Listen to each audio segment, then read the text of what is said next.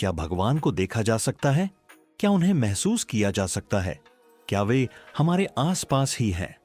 भगवद गीता के अध्याय 10 में श्री कृष्ण स्वयं बताते हैं, मैं हर श्रेष्ठता में हूं, हर दिव्यता में मेरा अंश है।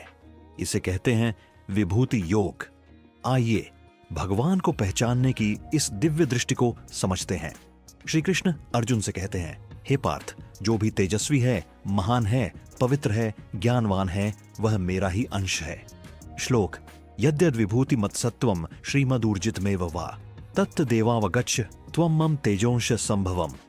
अर्थ, जो कुछ भी तेजस्वी, ऐश्वर्यशाली या प्रभावशाली है, उसे जान लो कि वह मेरे तेज का अंश है।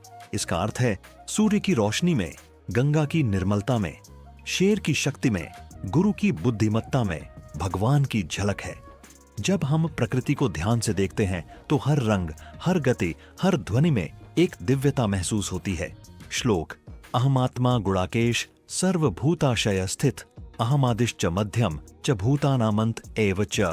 अर्थ, हे अर्जुन, मैं ही सब प्राणियों में आत्मा रूप से स्थित हूँ, मैं ही उनका आरंभ, मध्य और अंत हूँ। इसका मतलब है भगवान केवल मंदिरों में नहीं, बल्कि हर जीव, हर क्षण और हर अनुभव में है। भगवान को आंखों से नहीं, भावना और ज्ञान से देखा जाता है। वे कहते हैं, जो भक्त मुझे श्रद्धा से जानना चाहता है, मैं स्वयं उसे जानने का मार्ग देता हूँ।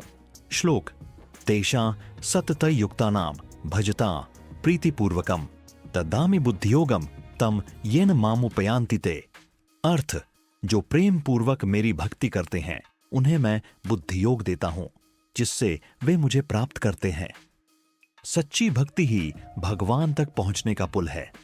जब आप किसी में कोई श्रेष्ठता देखें तो उसमें ईश्वर की झलक पहचानें। श्लोक, मैं आदित्यों में सूर्य हूं, देवों में इंद्र हूं, ऋषियों में नारद हूं, नदियों में गंगा हूं। भावना, ईश्वर कहीं बाहर नहीं, वे हर उस स्थान पर हैं जहां ज्ञान है, सेवा है, सौंदर्य है और श्रद्धा है। हर श्रेष्ठता को प्रणाम करना, यह भी एक भक्ति है। भगवान को जानने के लिए कहीं बाहर मत जाओ, श्रेष्ठता को पहचानो, विनम्र हो जाओ, प्रकृति को निहारो और हर अनुभव में उन्हें महसूस करो। यह है विभूति योग।